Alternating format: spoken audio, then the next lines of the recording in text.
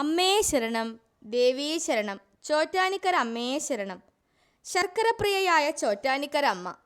ചോറ്റാനിക്കര അമ്മയ്ക്ക് എന്നും ശർക്കര നിവേദ്യം. ദക്ഷിണ ഭാരതത്തിലെ പ്രശസ്തമായ ശക്ത്യാരാധനാ കേന്ദ്രങ്ങളിലൊന്നാണ് ചോറ്റാനിക്കര ഭഗവതി ക്ഷേത്രം. അഭയം നൽകുന്ന അമ്മയാണ് ചോറ്റാനിക്കര അമ്മ. രോഗദുരിതങ്ങളിൽപ്പെട്ട് വലയുന്നവർ, ബാധാദോഷങ്ങളേറ്റവർ തുടങ്ങി അനേകം ദുഃഖങ്ങൾ അനുഭവിക്കുന്നവരുടെ ആശ്രയ കേന്ദ്രമാണ് ചോറ്റാനിക്കര ഭഗവതി ക്ഷേത്രം. ശരണാഗതി അടയുന്നവർക്ക് അമ്മ അഭയം നൽകുന്നു. ചോറ്റാനിക്കര മേൽക്കാവിൽ അമ്മയുടെ പ്രധാന നിത്യനിവേദ്യങ്ങളിലൊന്നാണ് ശർക്കര നിവേദ്യം. അമ്മയെ ദർശിക്കാൻ വരുന്ന ഭക്തരിൽ ഭൂരിപക്ഷം ഭക്തരും കയ്യിലുണ്ട ശർക്കര കരുതുന്നു. ചോറ്റാനിക്കര അമ്മയ്ക്ക് മുന്നിൽ ഭക്തർക്ക് ചെയ്യാവുന്ന ഏറ്റവും ലളിതമായ എന്നാൽ പ്രധാനപ്പെട്ടതുമായ സമർപ്പണങ്ങളിലൊന്നാണ് ശർക്കര സമർപ്പണം.